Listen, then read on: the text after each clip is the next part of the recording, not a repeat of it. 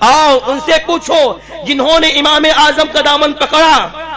امام اعظم اس کا جواب دیں گے کہ اے لوگوں تمہیں حیران ہونے کی ضرورت نہیں ہے, ان دونوں کے مطلب الگ الگ ہے, اس کا مطلب میں تمہیں سمجھاتا ہوں. تو حضرت امام اعظم ابو حنیفہ رضی اللہ تعالی عنہ کی جانب سے جواب یہ آتا ہے کہ جو قرآن کریم کے اندر کہا گیا کہ جس جانور پر اللہ کا نام نہ لیا گیا ہو اسے نہ کھاؤ, اس کا مطلب یہ ہے کہ کسی نے جان بوجھ کر بسم اللہ نہ پڑھا, بغیر اللہ کے نام کے جانور ذبح کر دیا, اس کا مطلب یہ وہ جانور حرام ہے, اسے نہ کھاؤ. اور حدیث مصطفیٰ میں جو اللہ کے نبی علیہ الصلوۃ والسلام نے فرمایا کھاؤ اس لیے کہ ہر مومن کے دل میں بسم اللہ ہوتا ہے, اس کا مطلب یہ ہے کہ مسلمان بسم اللہ پڑھنا چاہتا تھا, ایک مومن بسم اللہ کے ذریعے ذبح کرنا چاہتا تھا لیکن ذبح کرتے وقت بھول گیا اور اس نے یوں ہی ذبح کر دیا. اللہ کے نبی نے فرمایا کہ اگر تو نے غلطی سے ذبح کر دیا ہے تو کھا لے, اس لیے کہ مومن کے دل میں بسم اللہ ہوا کرتا ہے. قرآن پہ بھی عمل ہو گیا, حدیث پہ بھی عمل ہو گیا. یہ ہے امام اعظم کا فرمان, یہ ہے امام اعظم کا دامن ہاتھ میں اگر کسی نے لیا دونوں پہ عمل کرے گا. اگر کوئی بھول جائے اور بسم اللہ شریف نہ پڑھے اور ذبح کر دے تو اللہ کے نبی کا فرمان کا مطلب یہ ہے کھاؤ, اس لیے کہ ہر مومن کے دل میں بسم اللہ ہوئے. یہ ہے ہم نے عمل دونوں پہ کیا. اسی طرح ایک اور مثال دیکھیں, قرآن کریم کے اندر اللہ ارشاد فرماتا ہے نماز کے بارے میں, فَقْرَؤُوا مَا تَيَسَّرَ مِنَ الْقُرْآنِ, کہ قرآن میں سے جہاں سے چاہو پڑھ لو تمہاری نماز ہو جائے گی. آواز سے بولے نماز ہو جائے گی. فَقْرَؤُوا مَا تَيَسَّرَ مِنَ الْقُرْآنِ, قرآن میں سے جو میسر ہو پڑھ لو تمہاری نماز ہو جائے گی. نماز ہو جانے کا حکم اللہ عطا کر رہا ہے, نماز ہو جائے گی. قرآن میں سے جو پڑھ لو, چاہے سورہ بقرہ پڑھ لو, چاہے کوئی آیت پڑھ لو, تمہاری نماز ہو جائے گی. نبی فرماتے ہیں لا صلاۃ الا بفاتحۃ الکتاب, بغیر سورہ فاتحہ کے کوئی نماز ہوگی ہی نہیں. لا صلاۃ الا بفاتحۃ الکتاب, سورہ فاتحہ کے بغیر کوئی نماز ہوگی نہیں. قرآن کہہ رہا ہے کچھ بھی پڑھ لو قرآن میں سے نماز ہو جائے گی. حدیث مصطفیٰ کہہ رہی ہیں, حدیث مصطفیٰ میں ہے سرکار فرما رہے ہیں کہ لا صلاۃ الا بفاتحۃ الکتاب, سورہ فاتحہ کے بغیر کوئی نماز ہوگی ہی نہیں. قرآن کہہ رہا ہے کچھ بھی پڑھ لو نماز ہو جائے گی. نبی فرما رہے ہیں کہ سورہ فاتحہ نہیں پڑھو گے نماز ہوگی نہیں.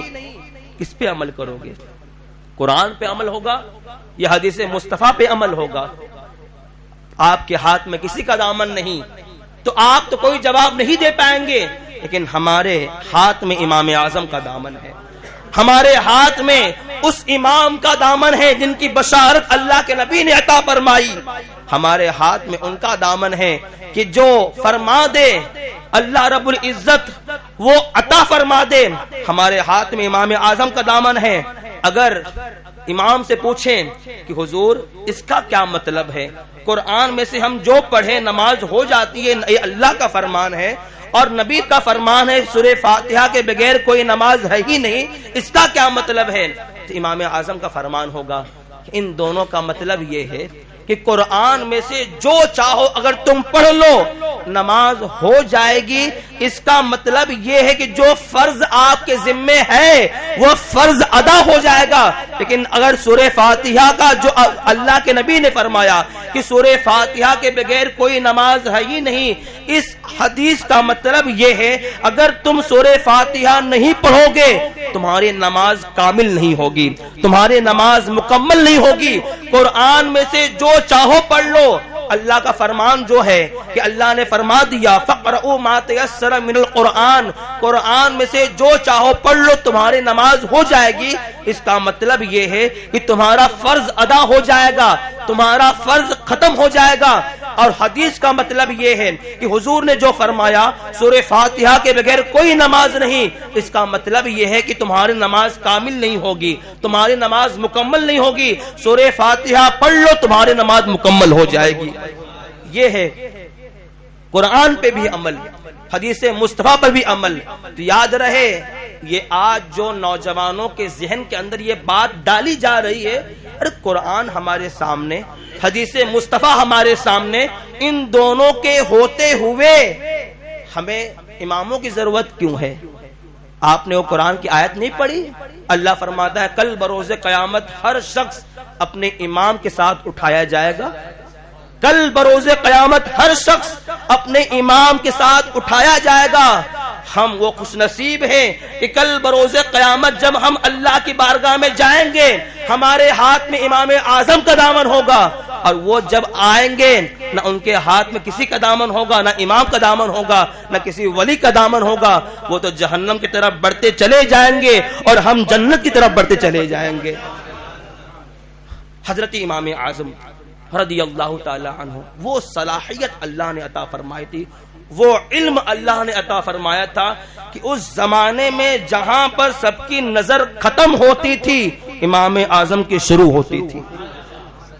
حضرت امام اعظم رضی اللہ تعالی عنہ کے دور میں ایک بڑا مسئلہ، بڑا ایک عجیب و غریب مسئلہ پیش آیا، توجہ حاضر رکھے۔ ایک شخص جو بہت ہی امیر تھا، بڑا ہی مالدار تھا، اس کا انتقال ہونے لگا، تو انتقال سے کچھ دیر پہلے اس نے یہ سوچا کہ میرے دو بیٹے ہیں اور میرے پاس بڑی مال و دولت ہے، سونے چاندی کا ذخیرہ ہے، اگر میں کسی غریب کو اتنا مال دے دوں، سونے چاندی رکھنے کے لیے دے دوں تو وہ سنبھال نہیں پائے گا، اور اگر کسی امیر کو دے دوں ہو سکتا ہے وہ اسے لوٹ لے اور میرے بچوں تک اس کا جو میرے بچوں تک وہ مال نہ پہنچے۔ تو اس نے ایک وصیت لکھی، اور وصیت لکھنے کے بعد اس نے یہ لکھا کہ سونے اور چاندی یہ ہمارے ہیں، اور جب ہمارے بیٹے بڑے ہو جائیں، بالغ ہو جائیں، تو جو تمہارا جی چاہے میرے بیٹے کو دے دینا۔ یہ وصیت لکھ کر اس نے ایک شخص کے پاس جا کر یہ وصیت نامہ دیا اور سونے چاندی رکھ دیا، اور کہا کہ جناب یہ وصیت نامہ ہے، میں نے اس میں لکھ دیا ہے میرے یہ چھوٹے بچے ہیں، یہ سنبھال نہیں پائیں گے، یہ رکھ نہیں پائیں گے، لہذا یہ سونے اور چاندی آپ رکھیں، اور میں نے وصیت میں لکھ دیا ہے کہ جب ہمارے بچے بڑے ہو جائیں، بالغ ہو جائیں، تو جو آپ کا جی چاہے میرے بچوں کو دے دینا۔ یہ وصیت لکھنے کے بعد اس کا انتقال ہو گیا۔ بچے چھوٹے تھے، ایک زمانے کے بعد جب بچے بڑے ہوئے تو انہیں کسی نے بتایا کہ تمہارے والد نے تمہارے لیے کچھ سونے اور چاندی کا ذخیرہ، کچھ مال فلا فلا کے پاس رکھا ہے، ان کے پاس جاؤ، وہاں پر وصیت بھی موجود ہے، تم جا کر مطالبہ کرو، تمہارے سونے اور چاندی وہ تمہیں دے دے گا۔ یہ دونوں یتیم بچے اس کے پاس جاتے ہیں اور کہتے ہیں کہ ہمارے بابا جان نے آپ کے پاس کچھ مال رکھا ہے، آپ ہمیں وہ دے دیجئے۔ اس نے وہ تھیلا نکالا جس میں سونے اور چاندی تھے، اور وصیت نکالا اور پڑھا کہ تمہارے بابا جان نے مجھ سے کہا تھا کہ یہ جب ہمارے بچے بڑے ہو جائے تمہارے پاس آئے، تمہارا جو جی چاہے دے دینا۔ لہذا اس نے وہ سونا اور چاندی خالی کیا، اپنے پاس رکھا، اور خالی تھیلا بچوں کو دے دیا، اور کہا کہ تمہارے باپ کی جو وصیت تھی میں نے عمل کیا، لہذا میں نے سونا رکھا اور یہ تھیلا تم لے لو اور جاؤ۔ وہ بچے روتے ہوئے چلے گئے، تڑپتے ہوئے۔ ہر عالم حیران ہے کہ یتیم کا مال چھین لیا گیا، لیکن فیصلہ کون کرے؟ اس لیے کہ اس نے وصیت پہ عمل کیا۔ فیصلہ کون کرے؟ قاضی کی بارگاہ میں کون جائے؟ اس لیے کہ وصیت ہی ویسی بنی تھی، اس نے رکھ لیا اور تھیلا واپس دے دیا۔ لوگ حیران ہیں، پریشان ہیں، ہر طرف یہ شور ہے کہ یتیم کا مال چھین لیا گیا، یتیم کا مال اس نے ہڑپ لیا، لیکن لوگ خاموش اس لیے ہیں کہ اس نے تو وصیت پہ عمل کیا ہے۔ قاضی فیصلہ کیسے کریں؟ جب یہ بات ہمارے امام کی بارگاہ میں آئی، جب یہ مسئلہ امام اعظم رضی اللہ تعالی عنہ کے پاس پہنچا، آپ نے کہا ٹھہرو، اسے میرے پاس بلاؤ، جس نے وصیت پہ عمل کیا اسے میرے پاس بلاؤ۔ اور وہ سارے علماء جو مسئلہ بتانے سے خاموش ہے، انہیں بھی میرے پاس بلاؤ۔ سارے علماء آتے ہیں، وہ شخص بھی آتا ہے جس نے سونا خود رکھ لیا، خالی تھیلا یتیم کو دے دیا، وہ بھی آتا ہے اور کہتا ہے حضور آپ نے مجھے بلایا۔ حضرت امام اعظم فرماتے ہیں ہاں تو نے وصیت بڑا عمل کیا، پڑھ وصیت، اس کے باپ نے کیا وصیت کی تھی اسے پڑھ، اس کے بعد فیصلہ میں کروں گا۔ اس نے کہا کہ حضور ان کے والد نے میرے پاس سونے اور چاندی رکھے تھے اور وصیت یہ لکھا تھا، اور اس میں انہوں نے یہ لکھا ہے کہ جب میرے بچے بڑے ہو جائیں اور تمہارے پاس لینے کے لیے آئے تو جو تیرا جی چاہے وہ دے دینا۔ امام اعظم فرماتے ہیں پھر سے پڑھ۔ اس نے کہا حضور اس کے باپ نے مال و دولت میرے پاس رکھا اور یہ وصیت کی کہ جب میرے بچے بڑے ہو جائیں تمہارے پاس آئیں تو جو تیرا جی چاہے وہ دے دینا۔ امام اعظم فرماتے ہیں اب بتا تیرا جی کیا چاہتا ہے، سونا اور چاندی چاہتا ہے یا خالی تھیلا چاہتا ہے؟ اس نے کہا حضور میرا جی تو سونا اور چاندی چاہتا ہے۔ امام اعظم فرماتے ہیں بس وصیت کا مطلب ہی یہی ہے کہ جو تیرا جی چاہے وہ دے دینا، لہذا تیرا جی چاہتا ہے سونا اور چاندی یہ دے دے، خالی تھیلا تو خود واپس رکھ لے۔ یہ فیصلہ امام اعظم کا تھا، یہ علم اللہ نے عطا فرمایا، یہ علم اللہ نے ہمارے امام کو عطا فرمایا۔ حضرت امام اعظم ابو حنیفہ، ہم یہ خوش نصیب لوگ ہیں کہ ہم امام اعظم کے مقلد ہیں۔ آج ہم تجارت کرتے ہیں، ہمیں حلال و حرام میں کوئی تمیز نہیں ہوتی۔ ہمارے امام بھی بہت بڑے بزنس مین تھے، ہمارے امام بھی بہت بڑے تاجر تھے، لیکن حلال و حرام کے درمیان آپ اللہ سے اس قدر ڈرتے تھے کہ مدینہ منورہ سے ایک شخص آیا، کوفہ وہ سرزمین ہے جہاں پر اصحاب بدر اور بیت رضوان کے صحابہ موجود ہیں۔ کوفہ، وہ مدینہ منورہ سے کوفہ آیا ایک اچھا کپڑا خریدنے کے لیے۔ لوگوں نے بتایا کہ یہ جو کپڑا تم لینے آئے ہو وہ امام اعظم ہی کے پاس ملے گا، اور لوگوں نے یہ بھی کہا کہ سنو وہ ایسے تاجر ہیں، وہ ایسے بزنس مین ہیں کہ وہاں پر مول بھاؤ مت کرنا، وہ جو کہہ دے وہ دے دینا، اس لیے کہ وہاں پر جو ملتا ہے صحیح ملتا ہے۔ وہ آیا دکان پر، اس وقت امام اعظم رضی اللہ عنہ دکان پر موجود نہیں تھے، ان کا ایک شاگرد تھا۔ اس نے کہا کہ مجھے یہ کپڑا چاہیے۔ اس شاگرد نے کپڑا دکھا دیا اور اس نے سوال کیا یہ کپڑا کتنے کا ہے؟ شاگرد نے کہا 1000 درہم کا۔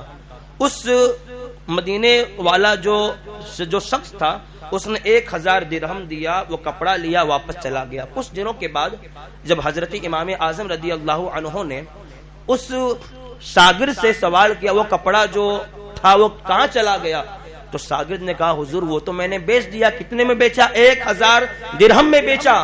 اگر آج ہم اور آپ ہوتے تو ہم تو شاباشی سے بیٹا تو نے مال نکال دیا، ہم تو تعریف کرتے کہ وہ مال بک نہیں رہا تھا تو نے اسے نکال دیا، چل اتنا تو بھی لے لے۔ لیکن وہ امام اعظم تھے، فرماتے ہیں کہ مال 400 کا تھا، کپڑے کی قیمت 400 تھی اور تو نے اسے 1000 درہم میں بیچ دیا، تو نے میرے ساتھ دھوکا کیا۔ امام اعظم نے فوراً اسے وہاں سے نکال دیا اور آپ وہ پیسہ واپس کرنے کے لیے کوفہ سے آپ مدینے گئے۔ آپ دیکھیں اللہ سے ڈر کا عالم دیکھیں کہ وہ پیسہ واپس کرنے کے لیے آپ کوفہ سے مدینے گئے۔ مدینے آپ پہنچے، آپ نے معلوم کیا تو اس نوجوان پہ نظر پڑی، وہ وہی لباس پہن کر نماز ادا کر رہا تھا۔ آپ نے بھی نفل نماز پڑھنا شروع کر دیا۔ نماز کے بعد آپ ملے اور آپ نے فرمایا یہ کپڑا میرا ہے۔ اس شخص نے کہا کہ حضرت یہ کپڑا تو میں نے کوفہ سے خریدا ہے۔ آپ فرماتے کہاں سے خریدا؟ اس نے کہا امام اعظم کی دکان سے۔ آپ فرماتے امام اعظم کو جانتے ہو؟ دیکھو گے پہچان لوگے؟ ہاں دیکھوں گا، پہچان لوں گا۔ آپ فرماتے میں امام اعظم ہوں، میں نعمان بن ثابت ہوں، اور یہ لباس جو آپ نے پہنا ہے یہ 1000 درہم کا نہیں 400 درہم کا ہے، لہذا یہ کپڑا مجھے واپس دے دو، 1000 درہم تم لے لو۔ اس نے کہا حضور میں تیار ہوں 1000 درہم میں لینے کے لیے۔ آپ فرماتے ہیں نہ، یہ کپڑے کی قیمت وہ ہے ہی نہیں جو تم نے دی ہے، لہذا آپ فرماتے ہیں کہ یہ کپڑے واپس دو، یہ درہم 1000 درہم واپس لے لو۔ وہ کہتا ہے حضور 1000 درہم میں یہ کپڑا لینے کے لیے میں تیار ہوں۔ آپ فرماتے ہیں میں دینے کے لیے تیار نہیں، میں دینے کے لیے تیار نہیں۔ آخر کار حضرت امام اعظم فرماتے ہیں ٹھیک ہے تو 600 درہم واپس لے لے تاکہ معاملہ حل ہو جائے۔ امام اعظم رضی اللہ تعالی عنہ کوفہ سے مدینہ منورہ فقط اس لیے آئے وہ 600 درہم واپس کرنے کے لیے۔ اور ہمارا عالم کیا تھا؟ ہم تو بڑے مسرر، ہم تو خوش ہوتے ہیں کہ چلو پیسے ہمیں مل گئے، کپڑا تو نے نکال دیا۔ حضرت امام اعظم رضی اللہ تعالی عنہ ڈر کا عالم ایسا ہے۔ تھوڑا وقت میرے عزیزو، حضرت امام اعظم رضی اللہ تعالی عنہ کا عالم یہ ہے، اس طرح اللہ کا ڈر ہے کہ ایک غلام نے ایک کپڑا بیچ دیا اور آپ نے فرمایا کہ کپڑے کا معاملہ تو نے کس طرح طے کیا؟ اس نے ساری صورتیں بیان کی اور نفع 30,000 درہم کا تھا۔ وہ غلام بیان کرتا رہا کہ حضور میں نے اس طرح بیچا، اس طرح بیچا۔ بعد میں غلام نے ایک ایسی بات کہہ دی، آپ نے کہا کہ یہ معاملہ سمجھ میں نہیں آتا، لہذا تو نے بیچنے میں خطا کی ہے۔ حضرت امام اعظم فرماتے ہیں 30,000 درہم غریبوں میں تقسیم کر دیا جائے، ضرورت نہیں ہے۔ میرے عزیزوں، ہم بڑے خوش نصیب ہیں کہ ایسے امام کے مقلد ہیں جنہیں اللہ نے تابعی ہونے کا شرف عطا فرمایا۔ تابعی کسے کہتے ہیں؟ جنہوں نے ایمان کی حالت میں حضور صلی اللہ علیہ وسلم کے صحابہ کی زیارت کی ہو اور ایمان ہی کی حالت میں ان کا وصال ہوا ہو، وہ تابعی ہے۔ اور چاروں اماموں میں تابعی ہونے کا شرف اللہ نے فقط ہمارے امام کو عطا فرمایا ہے، لہذا ہم خوش نصیب ہیں۔ آج ان کے عرس کے موقع پر 2 شعبان، یہ تاریخ تو ہمارے سامنے آئی اور چلی بھی گئی، کسی کو کچھ پتا نہیں، نہ چرچے ہوئے نہ محفلیں سجی۔ ہمیں اپنے امام کو نہیں بھولنا چاہیے۔ حالات کی وجہ سے ہم نے اس چوک کو ایک چھوٹی سی محفل میں منعقد کیا، ورنہ امام کا جشن بڑے اعلیٰ پیمانے پہ منایا جائے گا انشاءاللہ، اس لیے کہ آج ضرورت ہے امام اعظم کی سیرت بیان کرنے کا، وقت کم ہے، ورنہ امام اعظم کی ایک اہم سیرت، اور امام اعظم رضی اللہ تعالی عنہ کو اللہ نے فقہ میں کیسا مقام عطا فرمایا اور ہمارے لیے امام نے کیا کیا کیا، وہ ساری چیزیں آپ کے سامنے بیان کی جاتی ہے۔ فقط اتنا سمجھے، ہم جس امام کے مقلد ہیں، جس امام کے مذہب پر ہم نماز پڑھتے ہیں، ان کا نام کیا ہے؟ حضرت نعمان بن ثابت۔ نام نعمان ہے، نام کیا ہے؟ نعمان ہے۔ والد کا نام کیا ہے؟ ثابت۔ نام کیا ہوا؟ حضرت نعمان بن ثابت۔ اب کنیت کیا ہے؟ امام اعظم ابو حنیفہ۔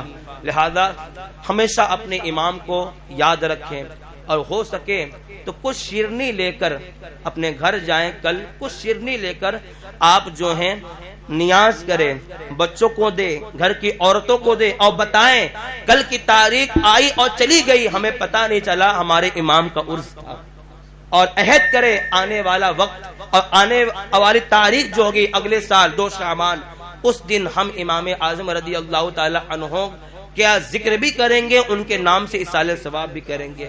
لہذا سنی تبلیغی مشن کی جانب سے آج امام اعظم ابو حنیفہ رضی اللہ عنہ کے عرس کی تقریب ہوئی۔ اللہ ہم سب کی حاضری اپنی بارگاہ میں قبول فرمائے۔